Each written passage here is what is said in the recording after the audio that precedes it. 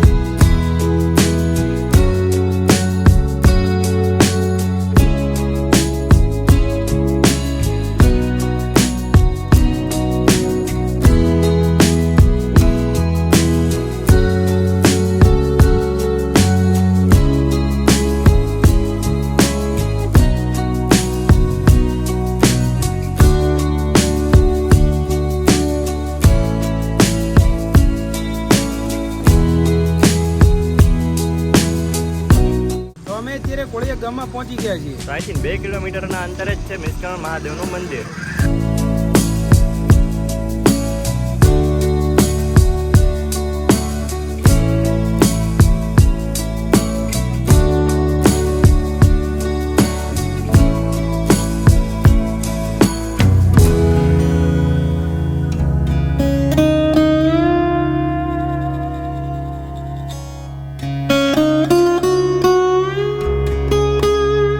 ભારત નહીં પરંતુ વિશ્વનું એકમાત્ર એવું સ્થળ કે જ્યાં મહાદેવની શિવલિંગને સમુદ્રદેવ પોતે પાણી ચડાવે છે.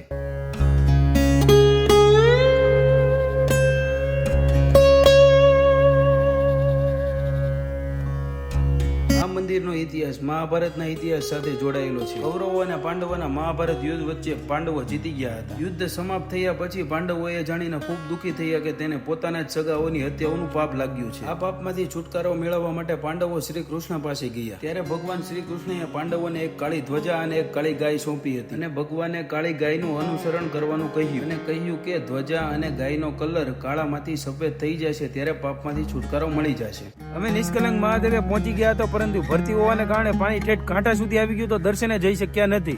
તો હવે પાણી ખાલી થાય પછી અમે મહાદેવના દર્શને જશું. અને જે સ્થળે આવું થાય ત્યાં ભગવાન શિવની તપસ્યા કરવાનું પણ ભગવાન શ્રી કૃષ્ણએ કહ્યું હતું.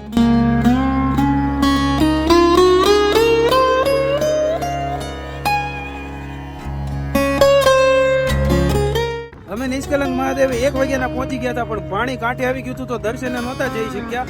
પરંતુ હવે 2 કલાકના રાહ જોયા બાદ હવે પાણી ગયું છે તો હવે અમે દર્શને જઈએ છીએ.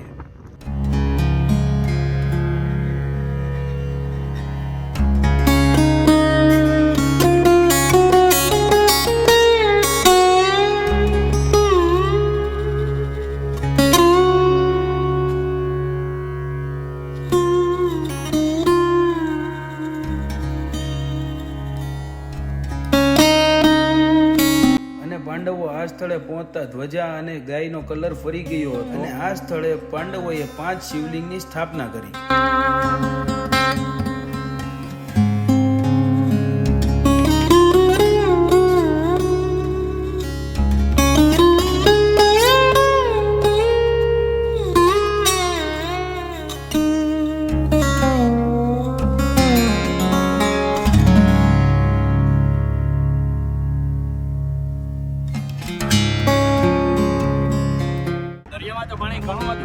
ધીરે ધીરે નિષ્કલન મહાદેવના મંદિરે પહોંચી ગયા. મિત્રો, નિષ્કલંક મહાદેવ અડધા દિવસ પાણીમાં હોય છે અને અડધા દિવસ જ તમને દર્શન થઈ શકે છે.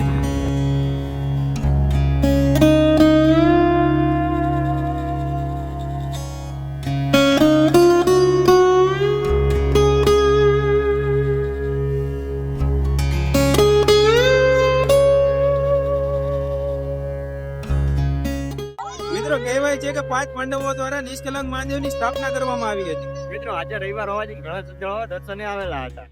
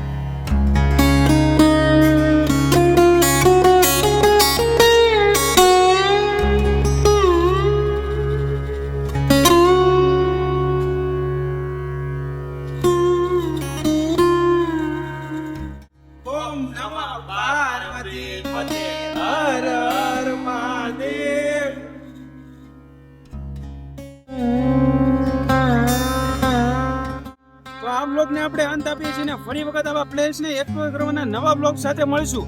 અમારો વિડીયો તમને સારો લાગ્યો હોય તો લાઈક, કોમેન્ટ, શેર અને અમારી ચેનલને સબસ્ક્રાઇબ કરજો. તો દરેકને મહાદેવ અને જય દ્વારકાધીશ.